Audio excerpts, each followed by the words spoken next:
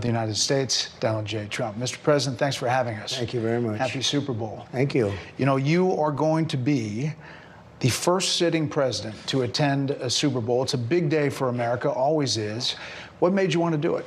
Well, first of all, I'm very surprised to hear that. I would have assumed many presidents came, but I think just the spirit of the country's taken on a whole new life. I thought it would be a good thing for the country to have the president be at the game. I mean, it's an iconic day. It's an iconic day. It's going to be a great game, two great teams, and let's see what happens. You know, it seems the first days of this administration are like a no-huddle offense. You know, plays going down the field, one after another. There's a long list of things you've already got done in 3 weeks. Big border policy changes, ICE crackdowns on criminals, taking biological men out of women and girls' sports, big energy policy changes.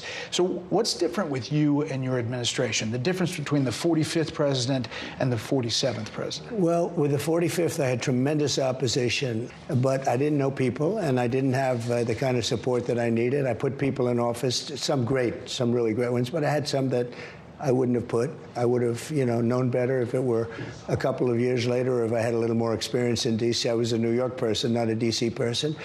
And I had a lot of opposition. I just noticed, I looked on the stage for the recent inauguration, and I'm looking, it's like a who's who of Washington. Well, if you look on the stage for the first one, it was just the opposite. So some of your plays have raised some questions and had some pushbacks. 19 states' attorneys general filed a lawsuit, and early Saturday, a judge agreed with them to restrict Elon Musk and his government efficiency team, Doge, from accessing Treasury Department payment and data systems. They said there was a risk of irreparable harm. What do you make of that? And does that slow you down on what you want to do? No, I disagree with it 100%. I think it's crazy. And we have to solve the efficiency problem. We have to solve the fraud, waste, abuse, all the things that have gone in the government. You take a look at the USAID, the kind of fraud in there, and you where found the money's going. things. Well, we're talking about hundreds of millions of dollars of money that's going to places where it shouldn't be going, where if I read a list, you'd say, this is ridiculous, and you've read the same lists, and there are many that you haven't even seen. It's crazy. It's a big scam. Now, there's some good money, and we can do that through any one of a number. I think I'd rather give it to Marco Rubio over at the State Department. Let him take care of the few good ones. So I don't know if it's kickbacks or what's going on, but the people, look, I ran on this, and the people want me to find it. And I've had a great help with Elon Musk, who's been terrific. Bottom line, you say you trust him. Trust Elon? Oh, he's not gaining anything. In fact, I wonder how he can devote the time to it. He's so into it. But I told him do that. Then I'm going to tell him very soon, like maybe in 24 hours, to go check the Department of Education. He's going to find the same thing. Then I'm going to go to the military. Let's check the military. We're going to find billions, hundreds of billions of dollars of fraud and abuse. But I campaigned on this, Brett. You announced tariffs on Canada and Mexico. You immediately got action from both of them on border security and drug interdiction. I did. A lot of action that nobody expected. Is that good enough? No, it's not good enough. So more needed in 30 days. Something has to happen. It's not sustainable. And I'm changing it. You know, the Prime Minister said this weekend to a group of Canadian businessmen, he was at a private meeting, he said that your wish for Canada to be the 51st state is a, quote, real thing. Is it a real thing? Yeah, it is. I think Canada would be much better off being a 51st state because we lose $200 billion a year with Canada, and I'm not going to let that happen. It's too much. Why are we paying $200 billion a year, essentially in subsidy to Canada? Now, if they're a 51st state, I don't mind doing it. You said the tariff is a beautiful word. There are some signs in the markets, consumer confidence, that they're a little jittery.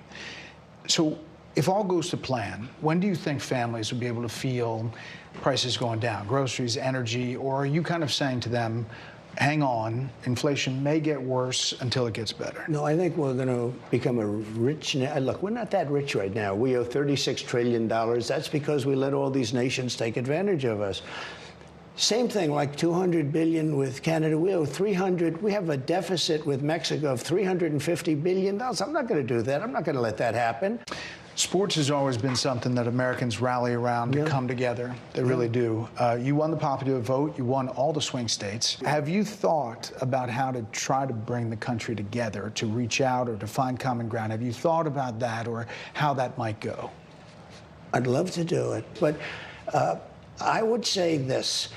We have to come together, but to come together, there's only one thing that's going to do it, and that's massive success. Success will bring the country together, but it's hard.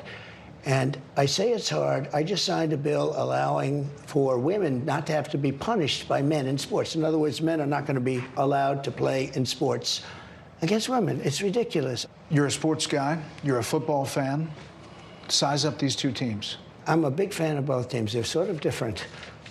In Philadelphia, you have one of the greatest running backs, Saquon. You know, Saquon had an uncle who was a great fighter, and Iran Barkley, his name was. So you have a great running back. You really have a great quarterback.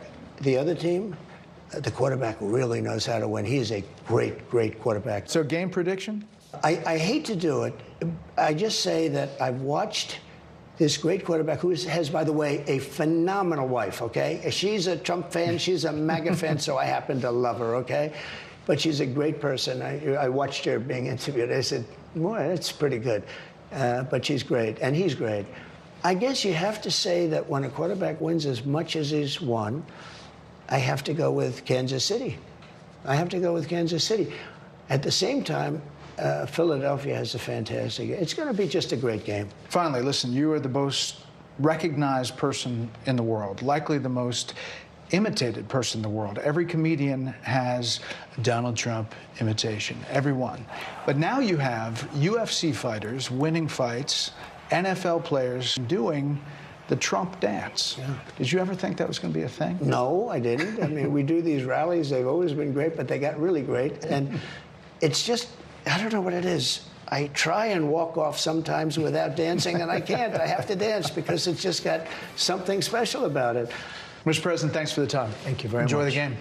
You can see the rest of the interview on a host of other topics on Special Report Monday on Fox News Channel. In the meantime, we'll send it back to our Fox team in New Orleans after a short break to the kickoff of Super Bowl 59.